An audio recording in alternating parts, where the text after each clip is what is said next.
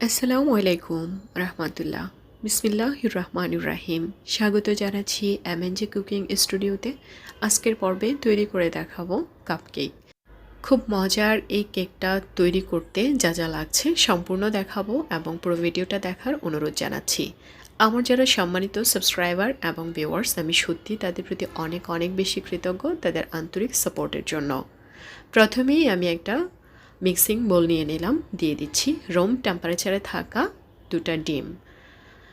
ফ্রিজে থাকলে চেষ্টা করবেন 10 মিনিট আগে ডিমগুলোকে বের করে নিয়ে আসার জন্য, এতে করে কেকটা কিন্তু ভালো বেক হয়। এখানে আমি প্রায় 1 কাপ চিনি দিয়ে দিলাম। চিনিটা যদি আপনারা কম খেতে চান মিষ্টিটা, তাহলে এই পরিমাণে একটু কমিয়ে দিবেন। একটা হ্যান্ড উইক্সের সাহায্যে মিশিয়ে নিচ্ছি। আপনারা চাইলে ইলেকট্রিক বিটার দিয়ে মেশাতে পারেন, তবে আমার কাছে ইলেকট্রিক বিটার থাকা সত্ত্বেও আমি হ্যান্ড উইক্স দিয়ে করছি, যাতে করে যারা শুধুমাত্র হ্যান্ড উইক্স বা কাঁটা চামচ দিয়ে করবেন তাদের জন্য ব্যাপারটা সহজ হয়ে যায়। এখানে রান্নার তেল আমি দিয়ে দিলাম 1/3 কাপ। আপনাদের কাছে যদি ওয়ান থার্ড কাপ না থাকে, আপনারা চায়ের কাপে পরিমাণ করে হাফ কাপ থেকে একটু বেশি পরিমাণে দিয়ে দিলে হবে। চিনি, ডিম এবং তেলটাকে খুব ভালোভাবে আমি মিশিয়ে নিয়েছি। লক্ষ্য রাখতে হবে চিনির যেন কোনো দানা না থাকে। এখানে একটা চালনির মধ্যে আমি দিয়ে দিচ্ছি 1 কাপ ময়দা। আমি আজকে এই কেকটা তৈরি করছি ময়দা দিয়ে। আপনারা চাইলে ময়দাটা অ্যাভেলেবেল না থাকলে আটা দিয়েও করতে পারেন।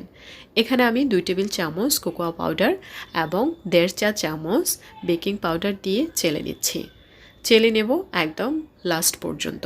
চেলে নিলে হবে কি, কেকের যে মিশ্রণটা সেটা খুবই স্মুথ হবে, কোনো দানা দানা ভাব থাকবে না।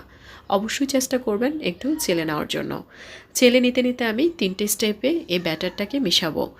শুকনো উপকরণগুলো একটু চেলে দেব, দেন হ্যান্ড উইক্সের সাহায্যে একটু মিশিয়ে নেব, আবার চেলে দেব, আবার মিশিয়ে নেব। এভাবে 3বার আমি চেলে নিচ্ছি।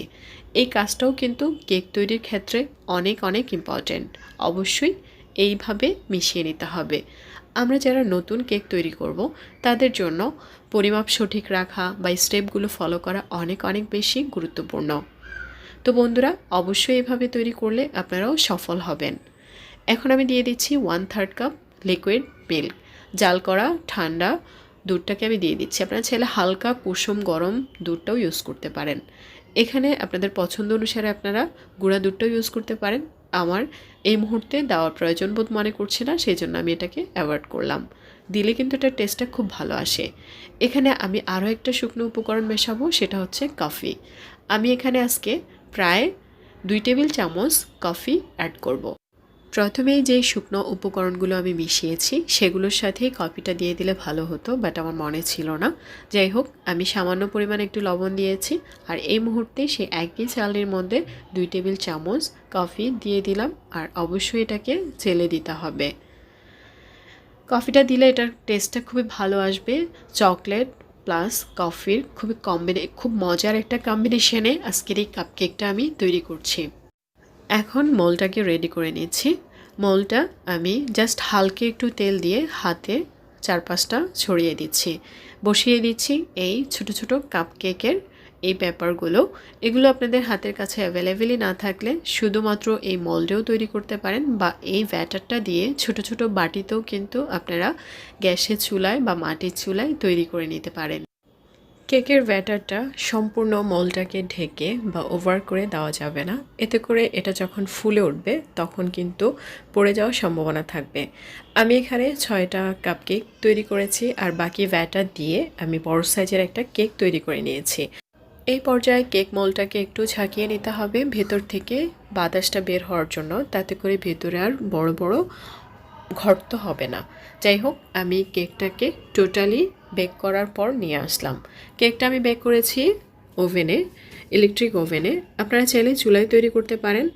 আর এটা সময় লেগেছে প্রায় আধ ঘন্টা, কারণ মাঝখান থেকে কারেন্ট চলে গিয়েছিল। আর কারেন্ট যাওয়ার সময় আপনারা কোনোভাবেই ওভেনের কপারটা খুলবেন না এবং কেকটা ভেতরেই রেখে দিবেন। কারেন্ট আসার পর দেন বাকিটা কমপ্লিট করে কেকটা আমি বের করে নিয়েছি। উপর থেকে জাস্ট হালকা একটু সুইট বল দিয়ে দিলাম দেখতে সুন্দর দেখার জন্য, বিকজ আজকের সম্পূর্ণ কেকটা কিন্তু নর্মাল চকলেট অথবা কফি কেক। যাই হোক বন্ধুরা, খুবই স্পঞ্জ এবং খুব সহজে দেখানোর চেষ্টা করেছি। আশা করছি যারা নতুন তাদের জন্য খুব সহজ হবে। বিকেলের স্ন্যাক্স হিসেবে কফির সাথে এই কেকটা খেতে খুবই চমৎকার ছিল। সবার সুস্বাস্থ্য কামনা করছি। ভালো থাকবেন সবাই। আল্লাহ হাফেজ। আসসালামু আলাইকুম।